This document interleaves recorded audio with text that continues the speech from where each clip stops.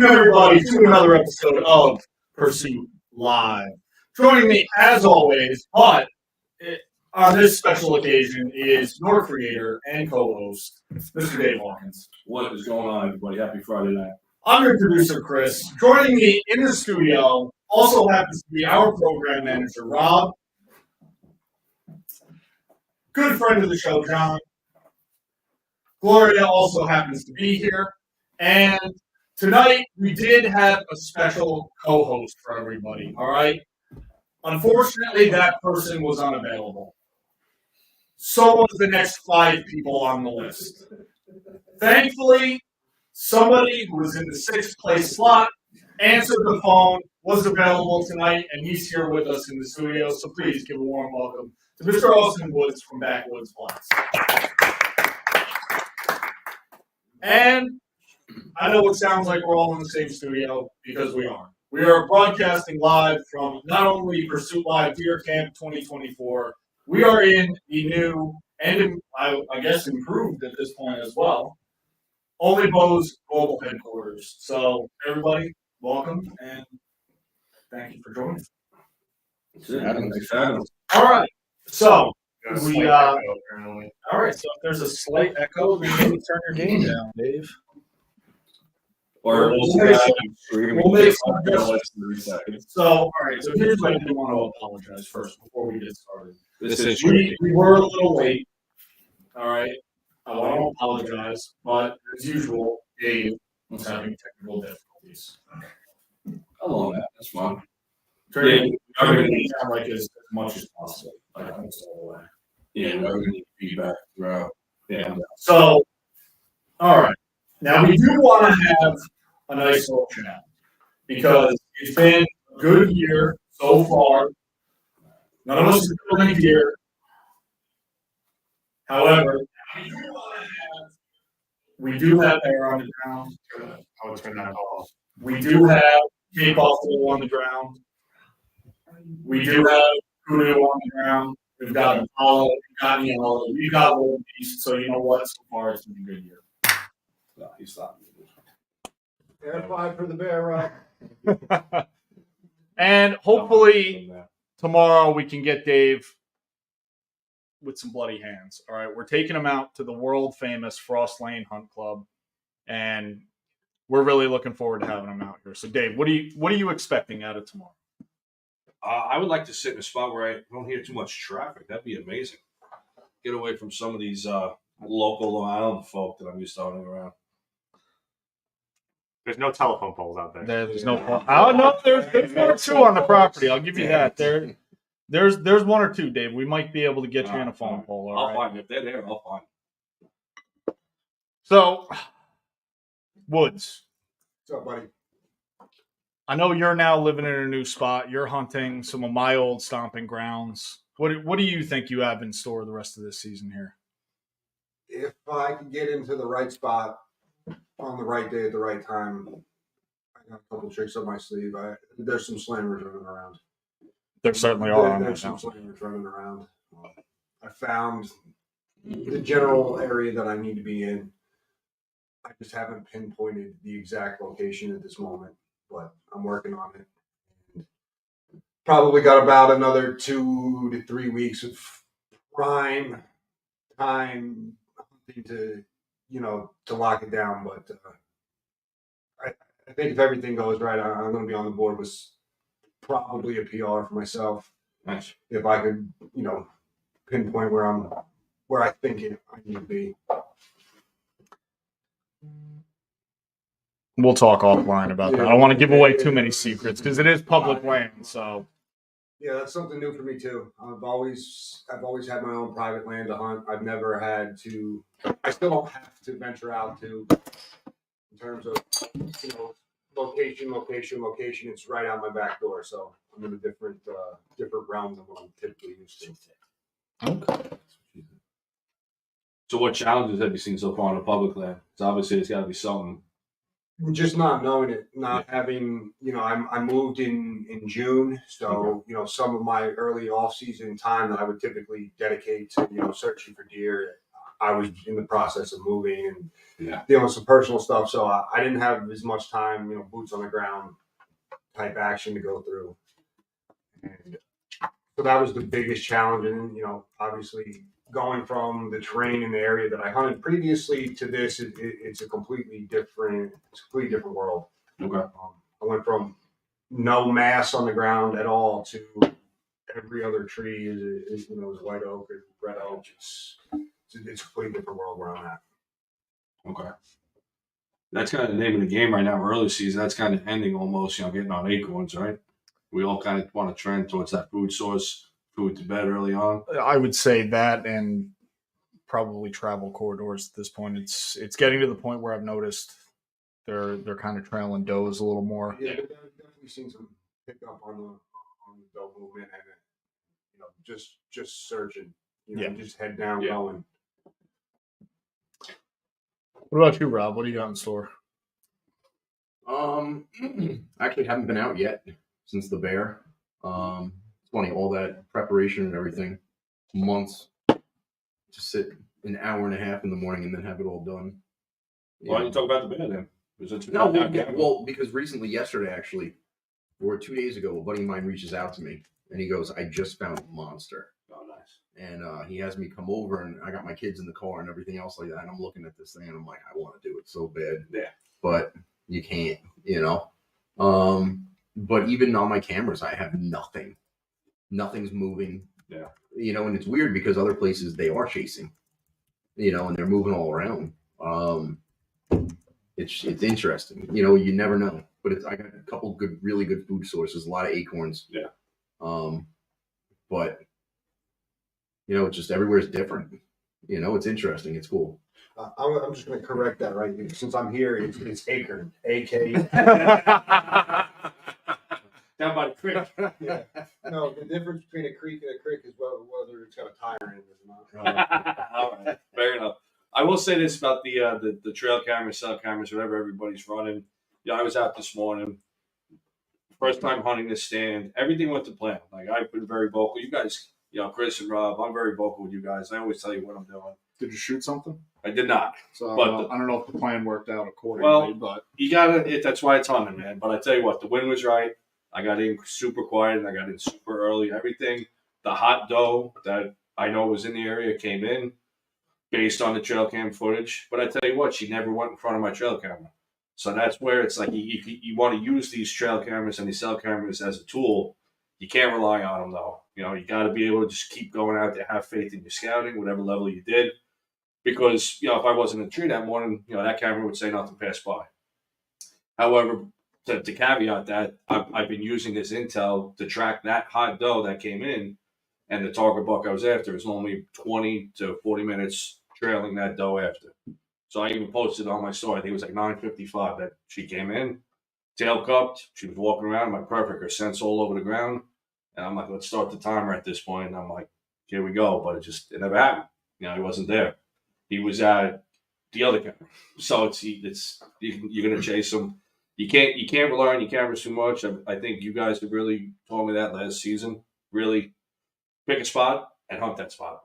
Try not to let those trail cameras dictate your game plan too much. I got a question for you about Long Island hunting. Yeah. So if somebody else gets that deer, would you find out about it? Or is it the kind of thing that you would still keep sitting there chasing something that's no longer there? If the spot where I'm at, there is multiple target deer that I would consider target bucks. So like, if I happen to see a post, like if somebody got that deer, it really wouldn't deter me. I would still keep going. I need meat in the freezer. I mean, I live in a household where we eat the venison all year round. Myself, my wife, my dog, friends, family. So, I mean, sooner or later, if the rut comes through and, that's just going to start turning into doe hunts at that point. Where I'm at, it's a very unique area. I try and keep it on the down low. So, hunters know about it, but it's just such a vast piece of public. I've been lucky enough where I've been kind of honing in. I really haven't had any hunters, at least on camera. I really don't have any glow tags, no stands, no cameras, so that's promising. But it's interesting what's out there on Long Island, man. Just lurking around these houses. It's wild. It's fucking wild. Now let me ask you this, Dave. You're going into a new spot tomorrow, completely blind. I don't even think you've East scouted this because No. I haven't really told you where it is. Nah. What's something you're going to be looking for tomorrow? Now you're going out with your client, correct? Yeah. Yeah, So- I'm planning on doing an all day sit. Is there any water? Anything? Is this something where you're just going to trust your guide and hope for the best? Or Yeah, no, absolutely. You know, because especially if you've had boots on the ground, which I'm pretty sure you've had boots on the ground and success, yeah. So it would be kind of foolish for me to leave that tree if you set me up. I'm gearing up for an all day sit. I mean, early November, why not? I got the climber, it's comfortable. Just load up, get comfy, suck it up, bring the battery charger for your phone, and just sit tight. Let me piggyback off that. This is your first year with a saddle. I gave up on the saddle. I'm going to be perfectly honest and open with that. Yeah, Okay, so we did it. yeah, There's no question about the saddle, man. yeah. I haven't hung it up as far as never going to use it again. I've been very vocal. I didn't practice enough with it, and I'm not quick enough with it. I'm not quiet enough with it. I can't go into a spot in the morning and take as long as I did, as loud as I was. It's just not worth hunting at that point. So I'm going to keep it. You know, I still have all the gear. I invested in it, and I'm just going to keep practicing with it. Where I'm at on the island, I do have 3 pre-hung sets, and then I utilize my climber for some of the closer spots. So basically, the truck is always constantly loaded. I got the climber locked in the bed, the deer car locked in the bed. So if somebody's in one spot and I got to move to another and I need the climber, it's there. Did you bring your saddle with you? No, We're we're not even going to entertain that. Let's get some deer on the ground. All right, all right. I like it. All right, so John, what about you? What's your thoughts for tomorrow? What's your plan? I'm excited because it's been super warm here for the past couple weeks.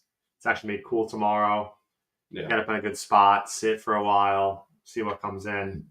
It's going to be about a 20-degree difference, right? Yeah. It's Oh, pretty yeah. much the northeast. Yeah. Barometer's dropping big time. Yeah. Yeah, it's been about 75 consistently the past Yeah. couple weeks. Yeah. With fluctuation, but I've had a couple friends go out. Haven't seen much, so hopefully busy day tomorrow. We'll see. Well, here's what I'm hoping for. I'm hoping for a triple out before 9 a.m. Yeah. So we can get back, cut them up, and then we'll be ready. That's what I'm hoping for. Might double down with a buck and a doe. What I'm additionally hoping for is that Dave shoots my 10-pointer. At the same time, I'm hoping Dave doesn't shoot my 10-pointer. Well, let's talk about. I mean, let's talk about that because this is a very unique scenario we're going into. I will not be shy. I have an itchy trigger finger, but there is, this is where some of the ethics come in. I'm a guest on somebody else's property, essentially going out. Let it fly. My man. Let it fly. No, but in all seriousness, Chris and John, they spent some time on this property. They've invested time scouting it and everything. Do you honestly have, a buck where it's like, man, you got just let me have a crack at that one. Anything but that one. Yeah, that double main beam 7. All right, so there you go. I mean, I won't speak for Chris, but on this piece of property, first come, first serve. Because if you don't That's it. shoot something, it's going to get hit by a car. Right. Either that or then the Or rifles somebody else come is in. going to shoot it at Yeah. rifle season. So, Yeah. I mean, rather one of us have it than it goes to somebody else that. I like that mentality. That's I think it depends on the location too, though. Like if you're trying to do something with an area and have stuff grow, Absolutely. you're going to want to request that somebody passes. Yes. But then at the same time, like if you guys are in a spot with me and I know there's a huge buck there, if I can't get it, I'd rather one of you get it. Right. Before somebody else, Right. Or- And to be or- fair, I don't or think there's disease. active deer management where we're going tomorrow, right? Maybe to a certain extent. I would say maybe I passively manage the Right. deer. I think that happens naturally. I mean, as a hunter, and I say this very cautiously without trying to sound cocky or anything. Once there's certain milestones you reach as a hunter where it's like, all right, I don't necessarily need or want to shoot maybe that smaller 6. Like I'm okay with letting that one go, and and trying to pursue something bigger. Am I right or wrong for thinking that way? I don't know. We got a big 6 on there. There's a I couple- love a big there's 6. couple No. big sixes. It's not about the point. I would say let's call it like maybe let's just call it like a pronghorn 4. Let's say all right, I'm not itching to shoot that. Like I'm okay with letting that go, let that guy grow. Or if there's a first time hunter coming out or something. Yeah, that's great. Go get him. But I think that just as part of the evolution, like you set your sights a little higher. I would think just naturally, the more you do it. My thought on that is just the camaraderie of, you're out in the woods with your buddies, and everybody's just happy to see somebody shoot a deer regardless of what it is. So if you're in that scenario and you got 6 or 7 guys at your camp, and you're going to be happy with one guy shooting that one, fork and horn spike that, and nobody else seen a deer all day. I just think at that point it's like all right, goal accomplished. We came here, we put meat in the freezer, wasn't the biggest, didn't weigh the most, but at the end of the day, we were able to sit around and at the skinning pole have this conversation that, we potentially wouldn't have had you been a little bit more selective on that deer. So, I think that also has to come into effect at some point. It's just like somebody's got to shoot a deer. Let's just get it done, and whatever it is, we'll deal with the scores section of it later. Right. Yeah. No, that's a perfect, totally 180 view on it as well. That is the essence. With this whole the big reason we started the show, Chris, Rob, and myself, was bringing that more. At this point, it is an old school mentality of that true traditional deer cam. You always worded it good, Chris. Like, this is like our virtual way of bringing that deer camp back to life and keeping it alive. I would have to agree, and that's not to keep harping on the whole reason why we started the show and everything, but that's even at camp now. That's what we want. It's we want to celebrate what everybody does. It doesn't matter what you shoot tomorrow. You're going to drag it out on your own. I'll give you the sled, but you're dragging it out. I got that brand new deer car, man. It's got dual axle, rotating axles. Shit. Heard somebody. We got an intruder in the compound. We're gonna do this live? No way. Gloria, just scream if you're getting Killed. and then we'll come get you after the show. Flick the lights twice, so we'll go dark. Bravo 6 going dark. No, I mean, tomorrow, truthfully, like, ethically, if something comes in at 35, 40 yards, and I'm going to take a shot at it, If there's a small doe, I'm not saying small doe, but if it's any doe, I'll take a shot at it. Like, gotta get something on the ground. Absolutely. Yeah. Meat in the freezer. Yeah. Can't eat the horns. That's it. Oh, that's a fucking win. You can't, but they. Somebody has to say it. And that's the dilemma I was also at today. Like, I had that hot doe came in fucking straight on this morning. I had the ball in my hand, saw her coming, and I'm like, I do need a deer on the ground. But that's a weird thing right now. We're right. It's a tactical approach to letting her walk. Right. It's live bait at that point. Yeah, she's in. She's in. Right. So it's like, man, I could smoke her right now, but she is the reason I'm in that tree right now at this moment because of what she brings in. And that's also like I feel like I know Maybe it's somebody hitting. Maybe for me, I used to try to take those early season. That's ideal. Yeah. But now I haven't gotten a chance to even get out. Right. Because late season, they are moving the bucks around. Or they could be impregnated at that point. So do you want to take them out? If they have a potential whatever. Yeah. It's but Well, I think a lot of it. Food is food. A lot of it has to do with the property you're hunting as well. Like where we're going at the Frost Lane Hunt Club, we know there's a few good bucks in there. We know there's a few smaller bucks, and the genetics are pretty good. Right. I mean, we're actually growing some quality deer there, I guess. I mean, the last 2 years I've killed really good deer there. Absolutely. Year before that was a decent 8, and I mean, even years ago we were killing good deer on there. I think EHD, believe it or not, helped us out. Yeah. Even though it really thinned the herd out and we did lose some good bucks, I think the quality of the bucks improved because of the ones that did survive.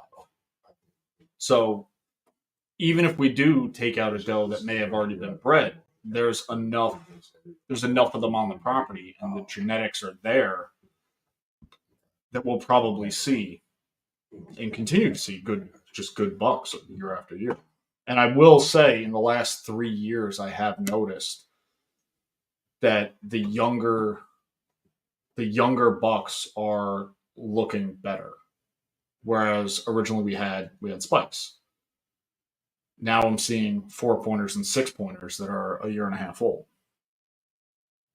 I'm seeing 2.5-year-old good quality 8-pointers. So it's, I mean, you guys saw the buck from 22, last year's buck. Like, we're getting good bucks, and fortunately the properties around are residential. So we do get a lot of bucks that are hanging out in people's yards all summer, and they come to where the does are. Do you notice a lot of bucks at the brown tines up here? So, like, because I know region to region, even though we're not that far away, like, I would say most bucks on the island, even at a young age, will have, like, developed points on the brown tines. But I've also noticed that my family property, look further north than where we're at now, before we had the antler restriction of that you had to have 3 points on one side, we weren't getting deer with brown tines. So on my property, just to tie everything back in, if we're on my property, I'm going to sit there and ask you not to shoot that 2.5-year-old 6. That's just what I'm trying to do, on my property up there. But at the same time, I'm plagued with that no brow time gene.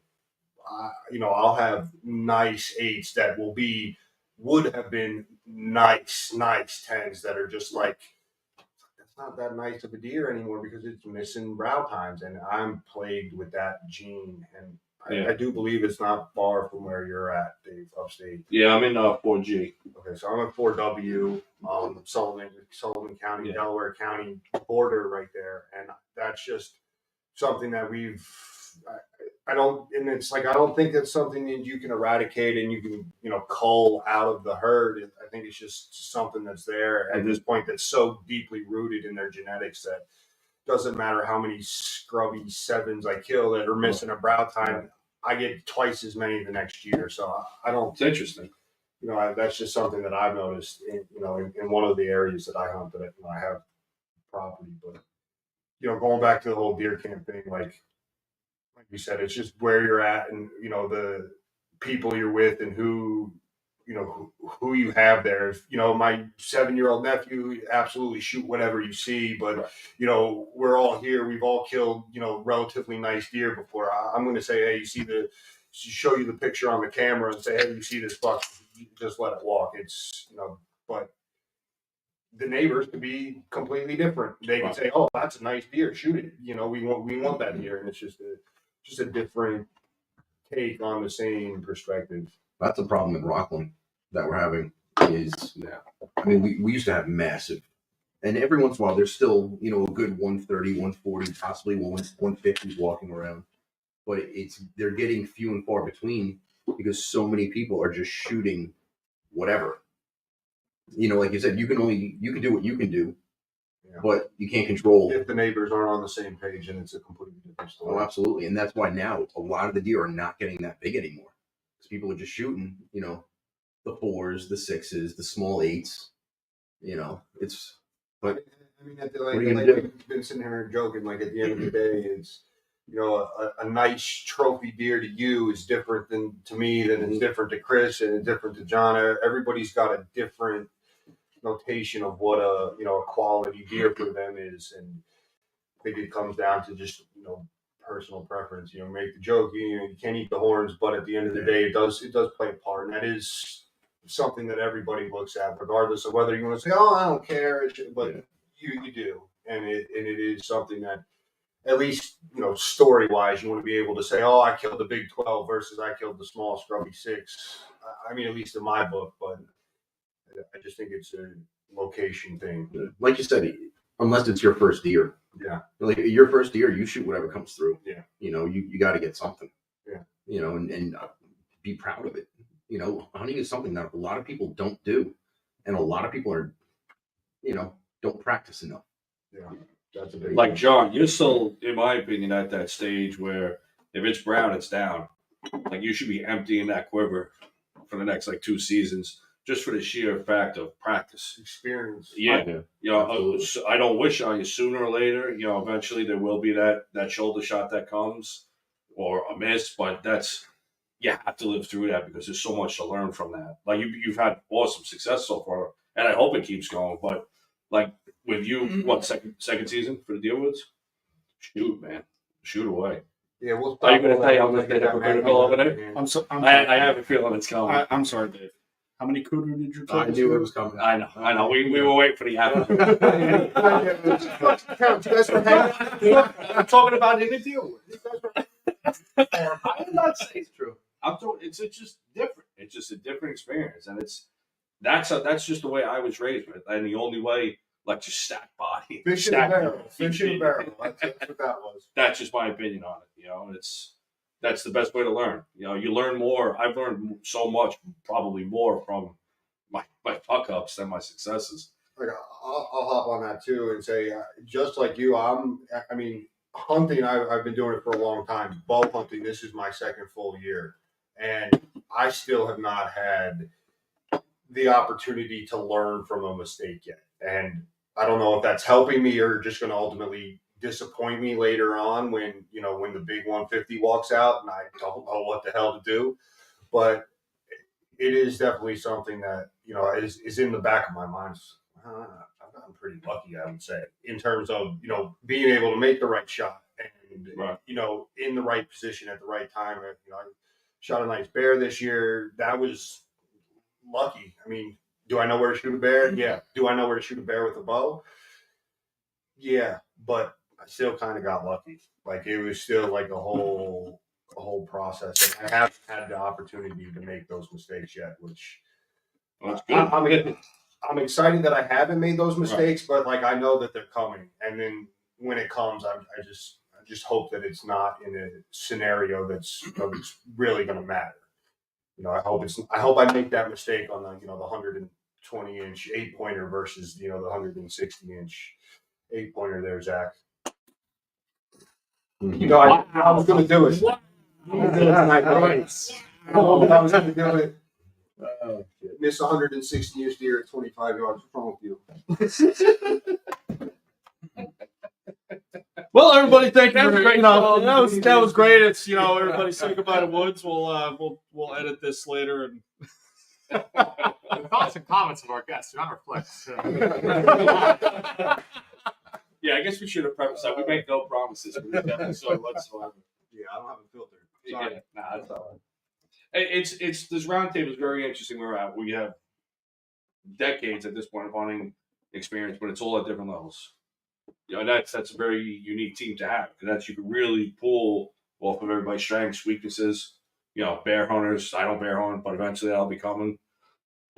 No, You gonna go? you're Yeah, afraid. Dave's afraid of Africa. You heard him. He committed right there.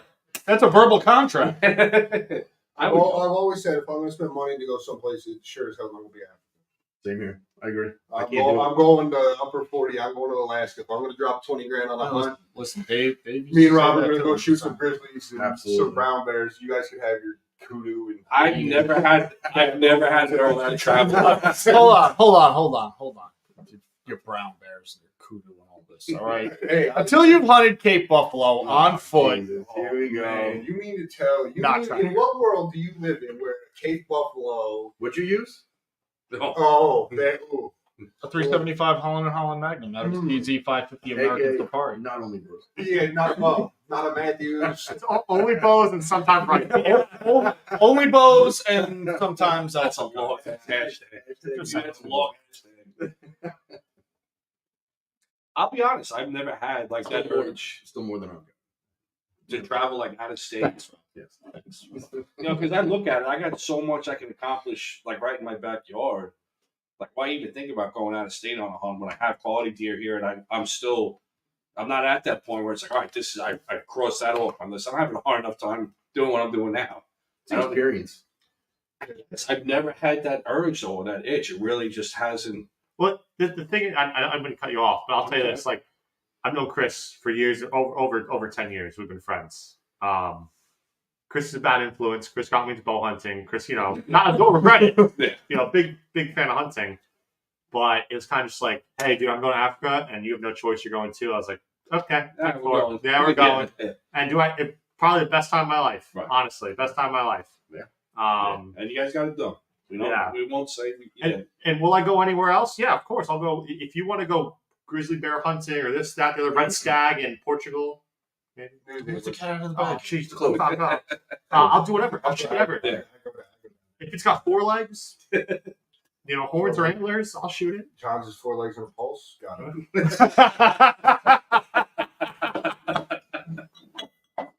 I guess that's what we're gonna name tomorrow's day. 4 legs and a pulse. 4 No, legs no, and a no. pulse. No, it should be like Slowly Spike Saturday. Spikes and sevens. That's Spotted Saturday.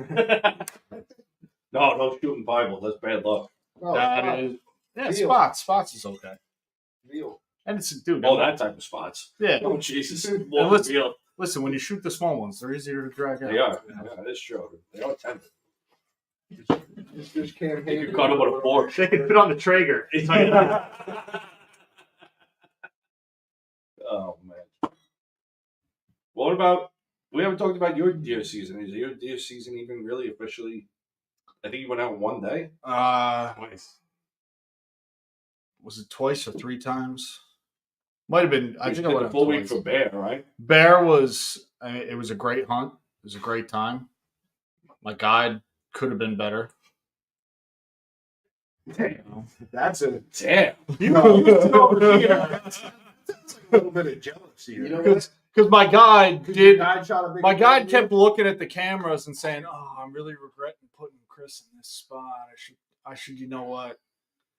Drop Maybe shit with the maybe drone. Chris, where do you want to sit? Do you want to sure you sit wanna sit there?" And then he was in the stand 35 minutes, and I just Me. yeah. Me. So, but no, Rob is an excellent guy. I will say, he put a lot, and I was happy to be out there putting in the work with him. Rob puts a lot of work in with the Bears. He's very dedicated at it, and we'll try again next year. Still learning a lot. Yeah. Definitely learning a lot. We We were in them. You were inside the bear? Yes. Yeah. Deep. 4 legs and a pulse. Deep in It there. was cold. You gotta stay warm Yeah. somehow, man. And I thought they smelled bad on the outside. But no, my deer season so far, I've seen a good amount of deer. Nothing that came in. Opening day, I was out. Does everywhere, which is a good sign. That's what I like to see. Because if they're around and they're moving and they don't really, I get it where I set up. They kind of have to want to commit to come in there. But if I'm seeing them, they're walking around, they're doing their normal thing, then come this time, they're going to be here, and that's what's going to bring the bucks in. I did have a good encounter, and he didn't come in. He wouldn't come any closer than 70 on the trail that he was on. But seeing that double main beam 7, that's the first time I've ever seen a double main beam deer in the wild. So, granted, is he smaller? Is he something that not everybody would shoot? Yeah. I would shoot it because it looks cool. Right. It makes me happy. If he makes it to next year, yeah, he's going to be something special. But again, where we hunt,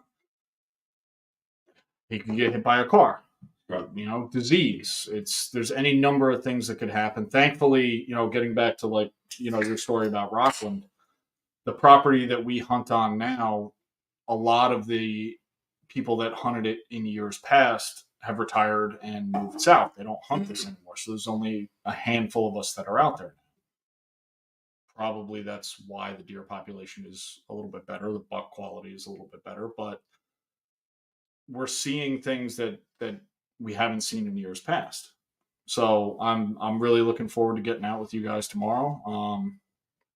Hopefully we can triple out. Hopefully it'll be in the morning. Don't call me. Um, I'm not helping. But I think it's good. I think the area that we hunt, where I'm going to set you up, the last 3 years, I've killed bucks, I've killed does. It's all in this, basically the geographic center of the property. It's right off the end of a swamp. Nice.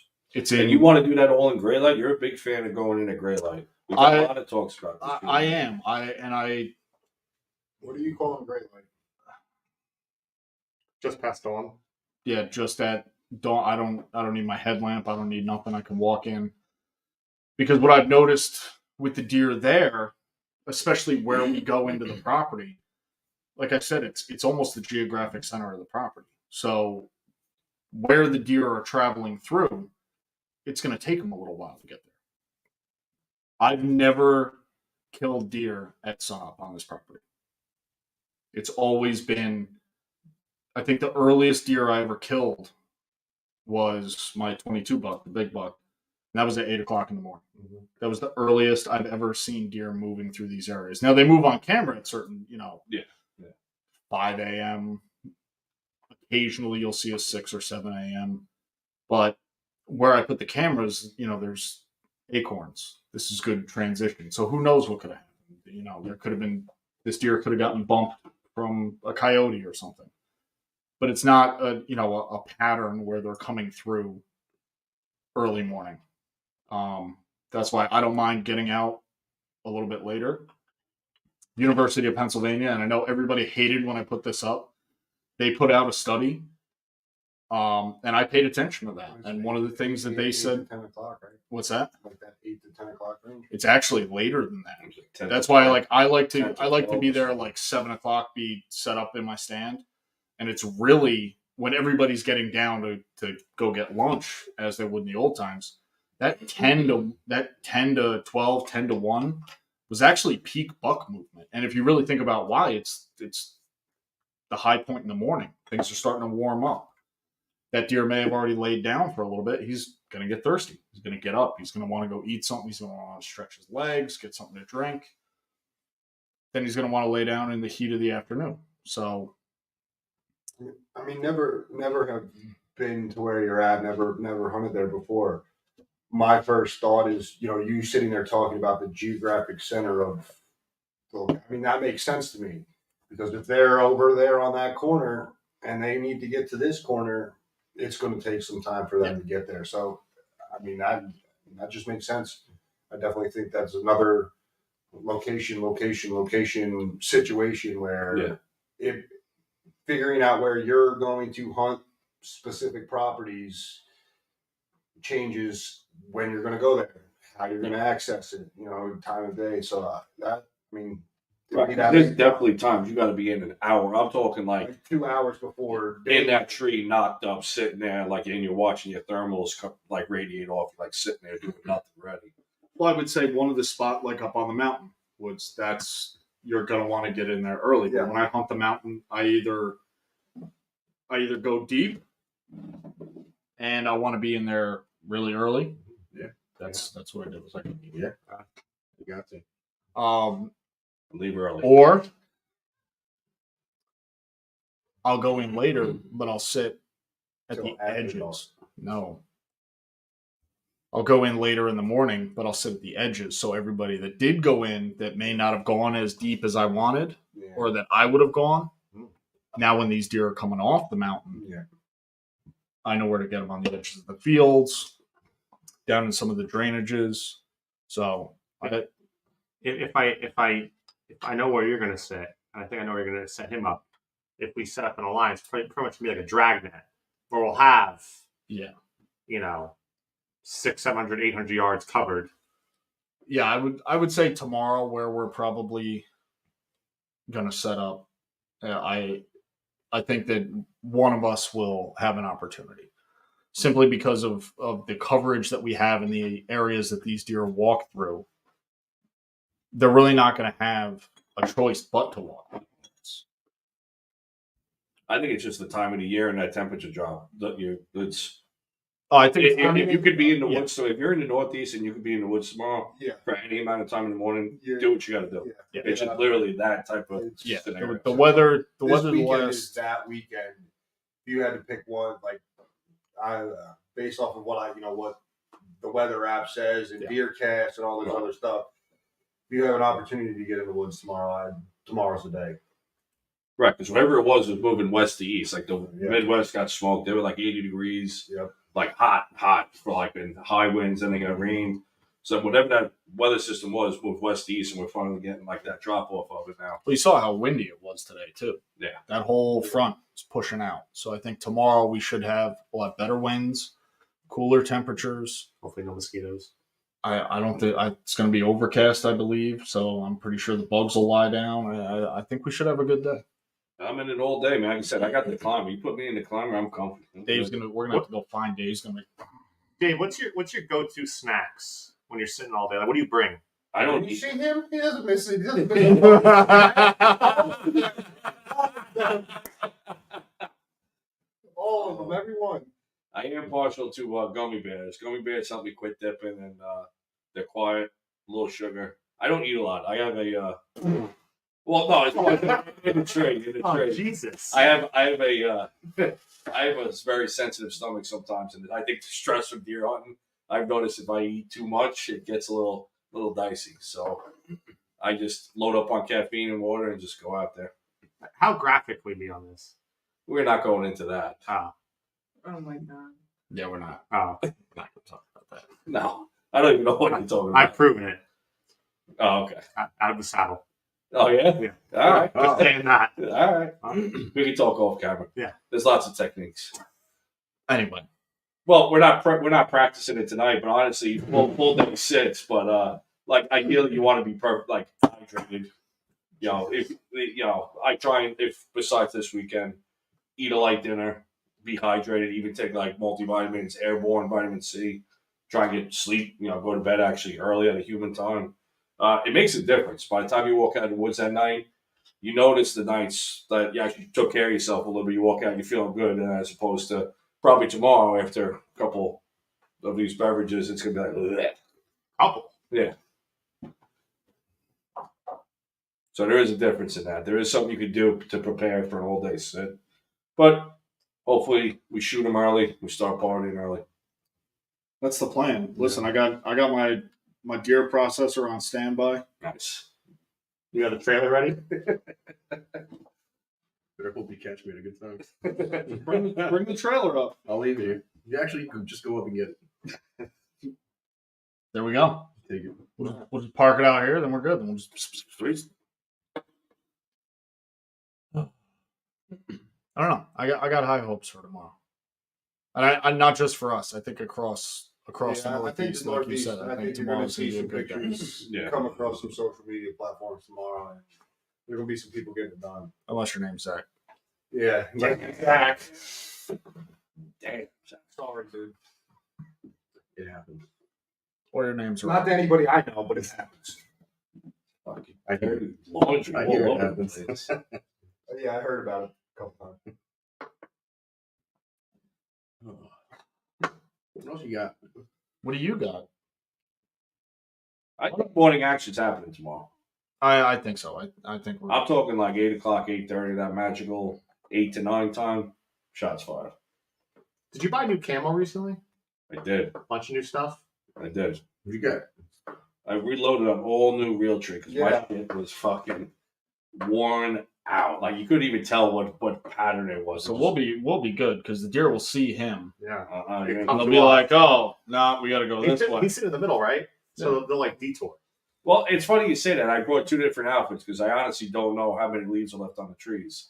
So So, it's good now. Less than what's in Long Island. Oh, yeah. Big time. so if there's more canopy, I actually brought the old school reel tree advantage Now we're talking. to talk right up into the canopy. If it was more bare or if it was more like a swamp area, I brought bottomlands just to blend in with the background on the trunk. I like the bottom. Yeah, the OG bottomlands with a little bit of green in it. Well, let me tell you this: subalpine. I don't have to worry about it. It blends in either way.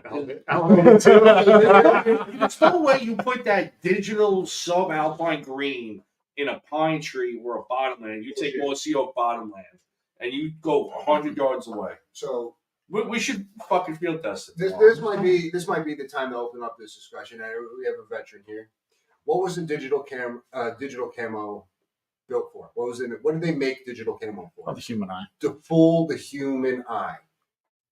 It's a known fact that the deer's vision is nowhere close to what a human's vision is.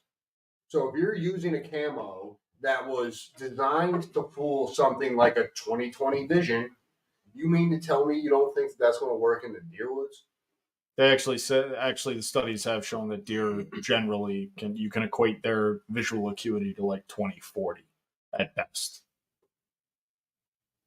So that's I'm just. It doesn't matter if it's Sitka or something you bought at Walmart. That digital pattern was designed to fool the human eye, so there's no way that it doesn't fool a deer's eye. That's suck it, Dave.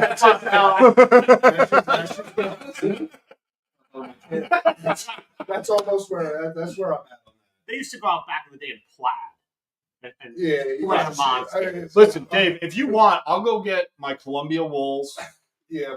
I'll just Well, pay no, like maybe it's in Robux, Yeah. Blue Rich, I got a bunch of Red Plaid. If we got Don't time in the figure middle of it. the day, or we actually start taking it out early, it would be really interesting. Like we'll even turn around, like we'll go in the same tree, like we'll turn around so you can't see any of the face, and we'll go back like 100 yards, take pictures with the cameras, and we'll post them. All right. You know, whatever sick alpine, or I'll choose either the real tree advantage or the bottom lines, All right. depending on where we're at. That's if you tag out early, Dave. Fucking emptying the quiver, bro. I got 5 iron wills ready to eat. That's what I'm talking about.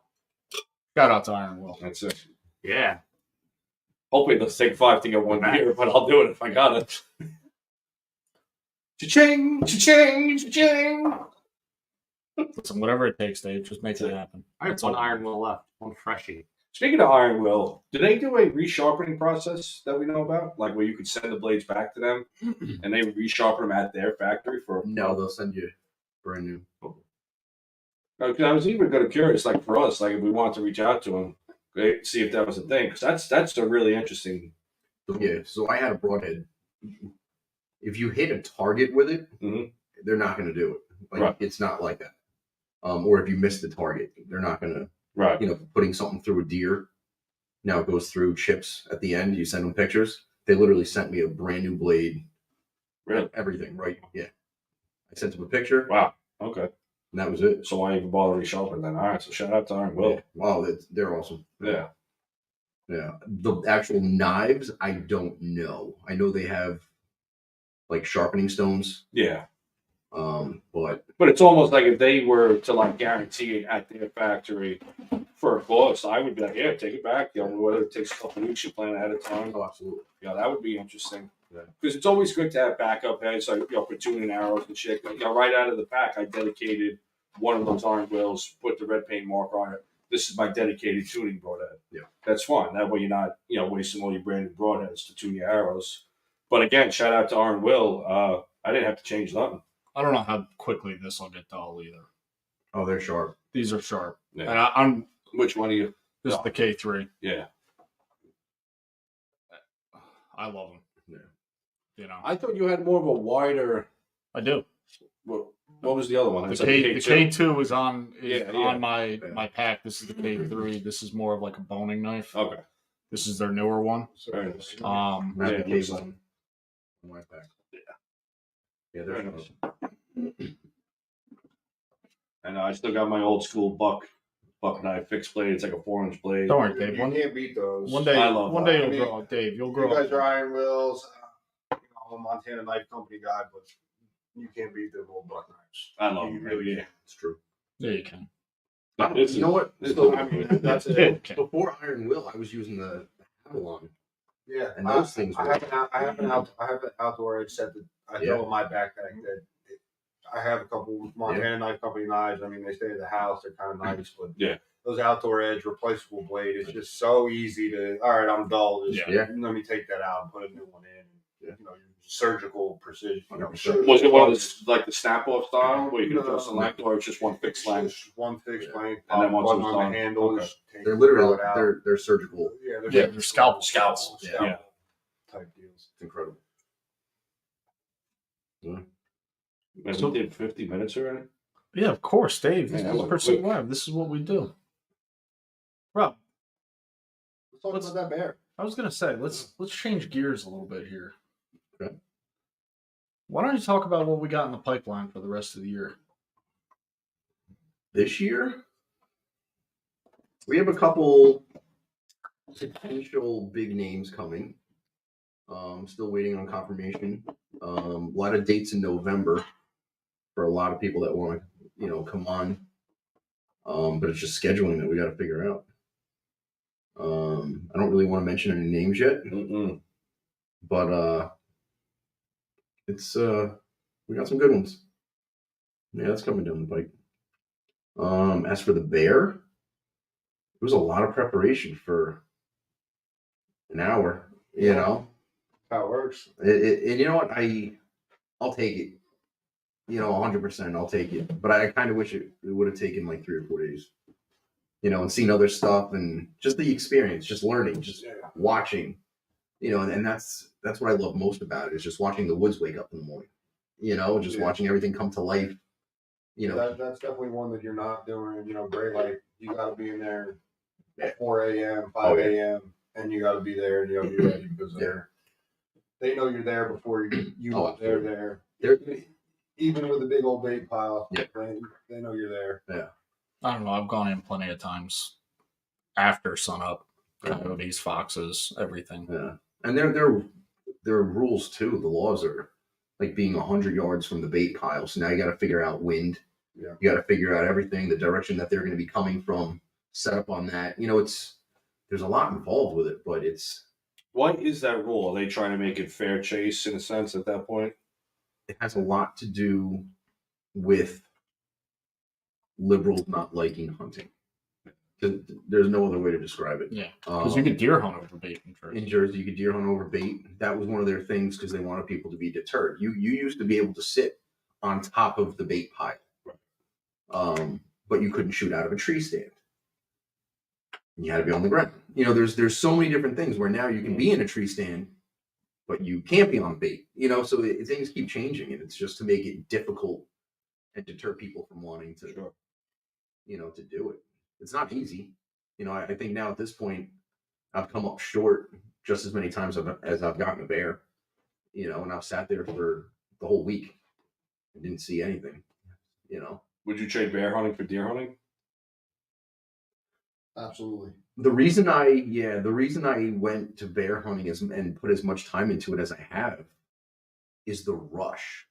Okay. Mm-hmm. Once you've been deer hunting for a while and like you've gotten good deer and everything else, and like it takes a certain buck to really get you excited when you're seeing all these other ones. Where with bear hunting, it's always a rush. You never know. Yeah.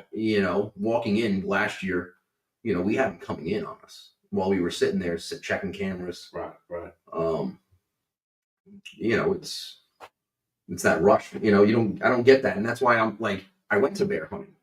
And I wish we had more things around here like they do out west. Yeah. Where they have the antelope and the mule deer and the blacktails and Just change it up. anything. Yeah. And the bighorn sheep. Anything, elk, moose, anything. For us, that changes waterfowl. It's about the only change we could do in the fall or winter, which is great. It is fun to do, but as far as like big game or something to chase with the bow, Turkey. Yeah, turkey, pig. Down south. Yeah. I mean, imagine that. Like just imagine if they reintroduced elk into the Adirondacks or the Catskills. That's what I'm saying. Coming from Kentucky, West Virginia, Pennsylvania, it'll be. The moose are coming too. It might not be in our lifetime, but they'll be back. I mean, They'll be the back in ones this in Kentucky, they introduced those. Those aren't. West Those Virginia aren't. too. They same with introduced. Pennsylvania. They reintroduced. So, if they really wanted to rebuild the eastern elk, Yeah. the Adirondacks is a perfect place. I want the feral hogs up here. No, you don't. I I think do. you're the. I think That would be a farmer. farmer. You're like the only person. Farmers know. I just come from us, and we don't have an 80-acre cornfield to have to manage, but they're a big. They're terrible. They're I know, but it would be something else, and you Oh need yeah, I mean, it.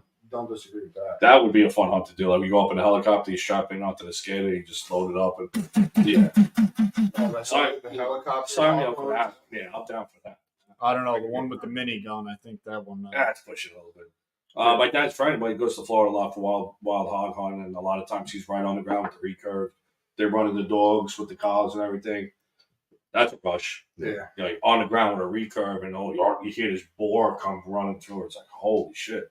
But good eating though, man. Wild boar, definitely up there. Listen, if you guys want to do a pig hunt, I know somebody. I do too. I'm just saying we could. What, are we going down? We could head out to. We're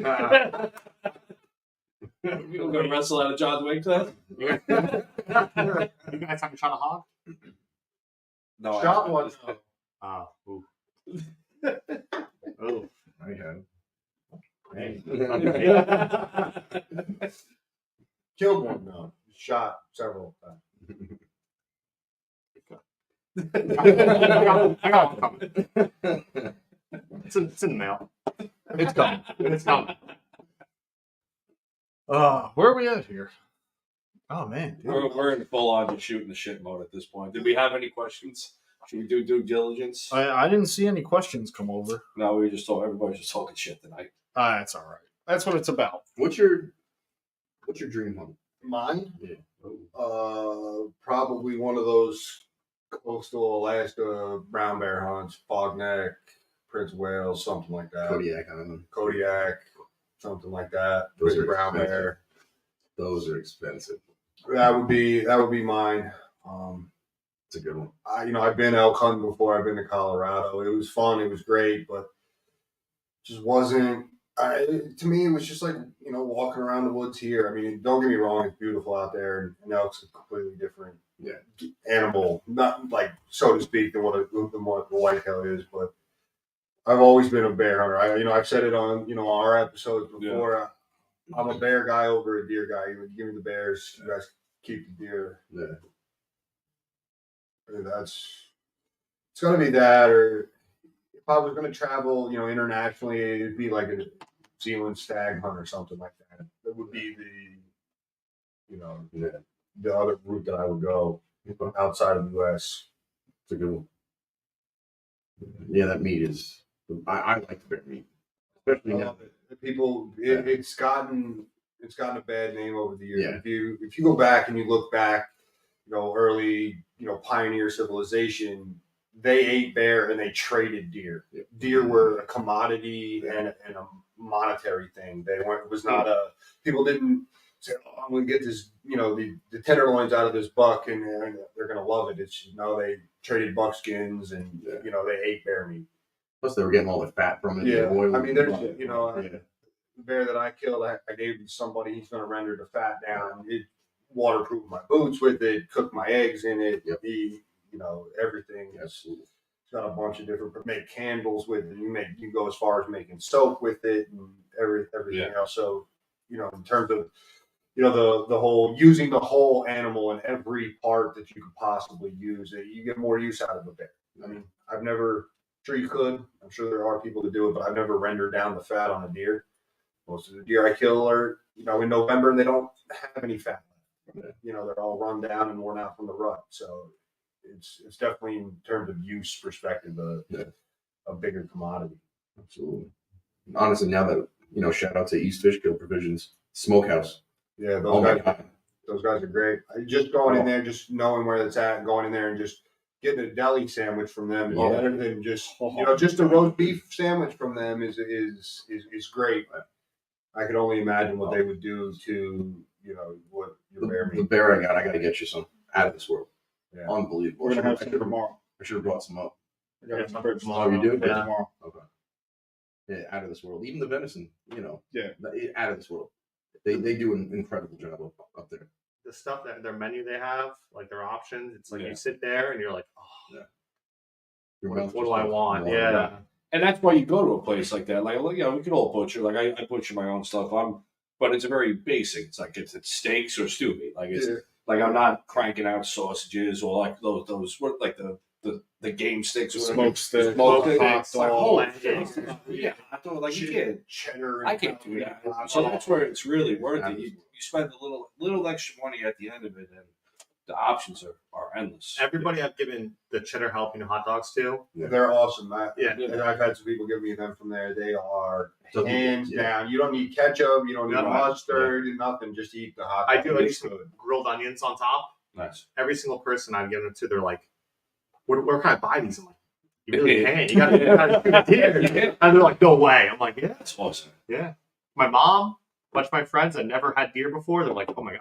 That's a good like entry level, like to get them into it. Yeah. Yeah, I've definitely told people, oh, when we had moms, I just cooked some steaks, it was back shop, whatever. Like, oh, that was delicious. I'm like, yeah, it was filet mignon. Like, oh, really? Where'd you buy it? And I'm like, Shut a couple towns away. And like, what are you talking about? I'm like, well, it was venison. And I'm like, ugh. I'm like, what do you mean? You just said it was delicious. Don't be full of shit now. You said it was good. Asking me for more. And Yeah. my mom and my brother. My mom would never eat deer meat. She knew it, and then I gave her some, and she was like, "No, I'll have some more. I'll take some." Yeah. I was like, "Okay." Yeah. There's no recalls on venison. Not that I know of. Not yet, at least. We'll see what happens next We'll week. see what happens after next week. As I say, elections matter. Go vote. We got to say it once an episode. Yeah. God. It's your civic duty. Next Friday, man. We'll have some things to talk about, I guess. Cool.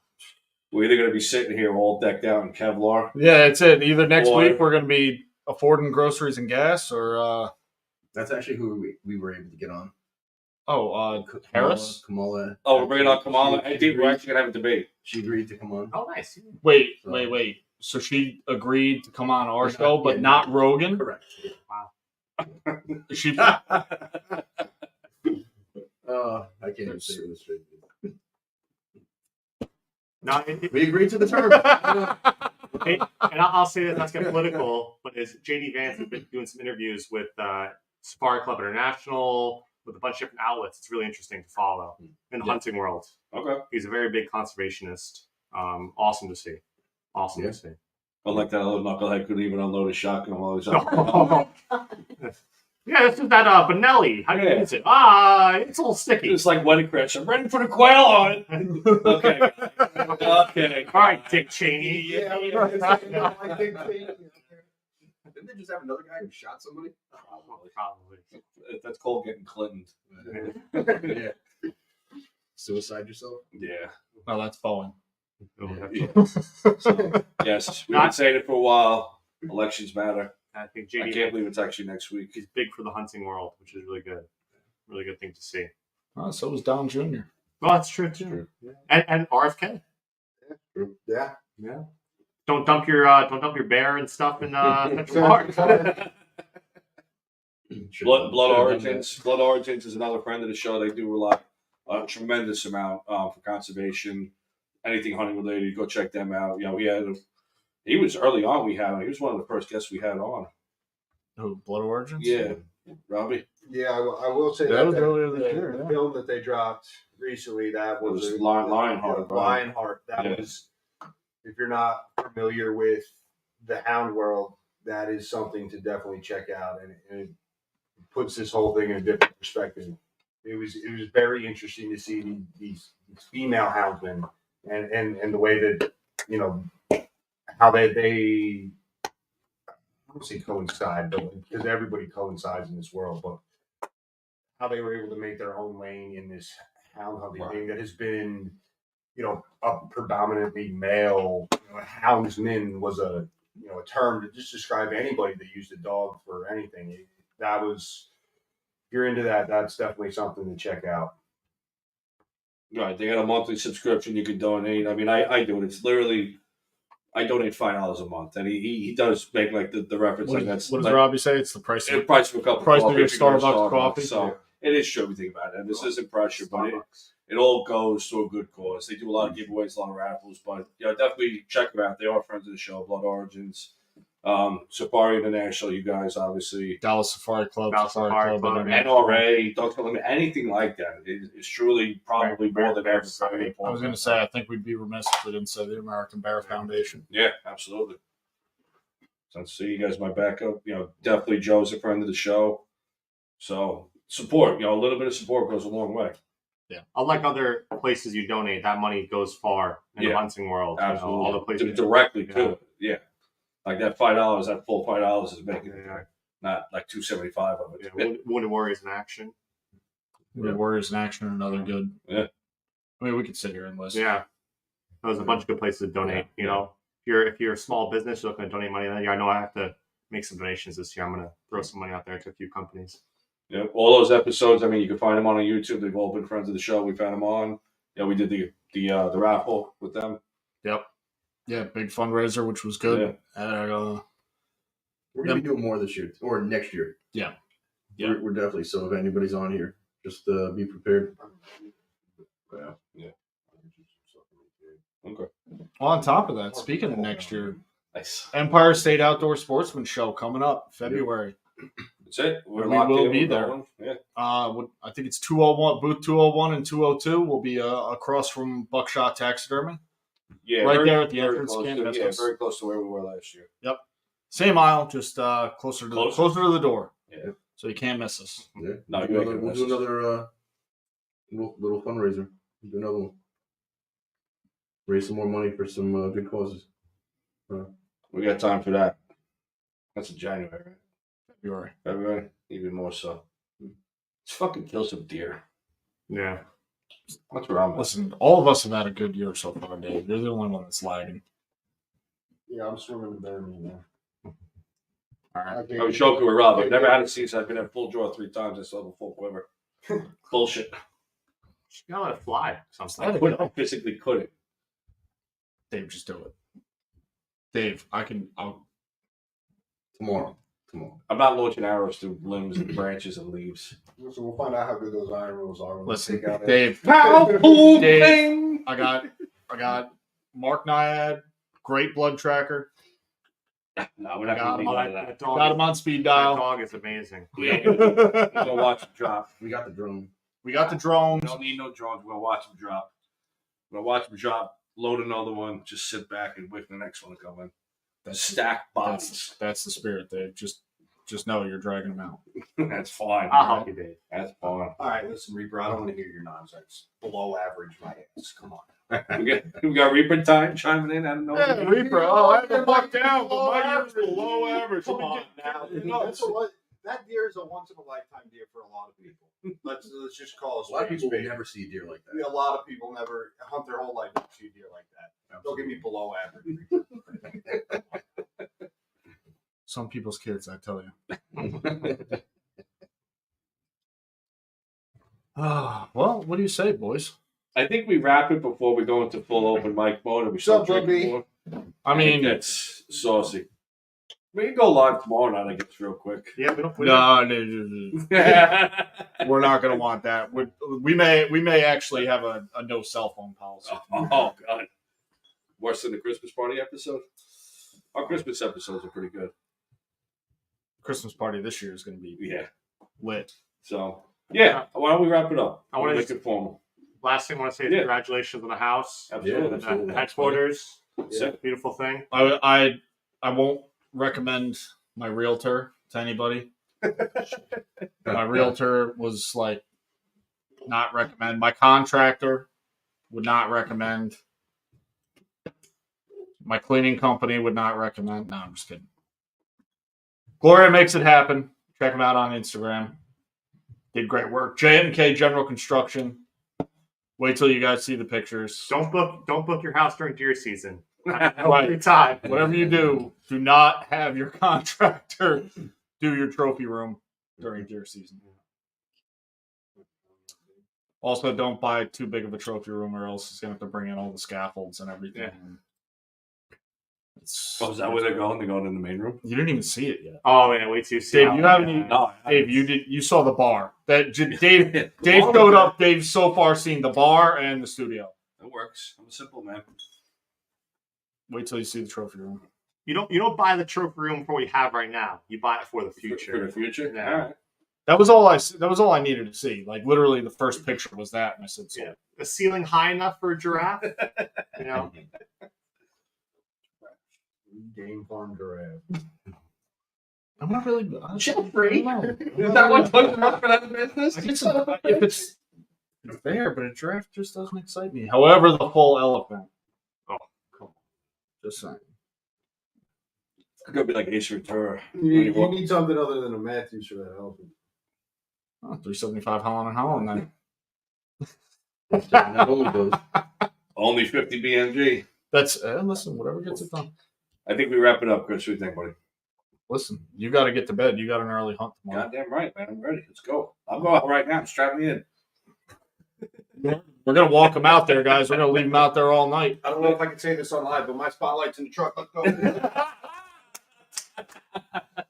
All right, so you heard it. We got a bunch of good fields down the road. We're gonna go do some spotlighting. We're gonna make sure that we tag out before tomorrow morning so we can sleep in. No, I'm just kidding. We don't promote that activity. It's actually illegal.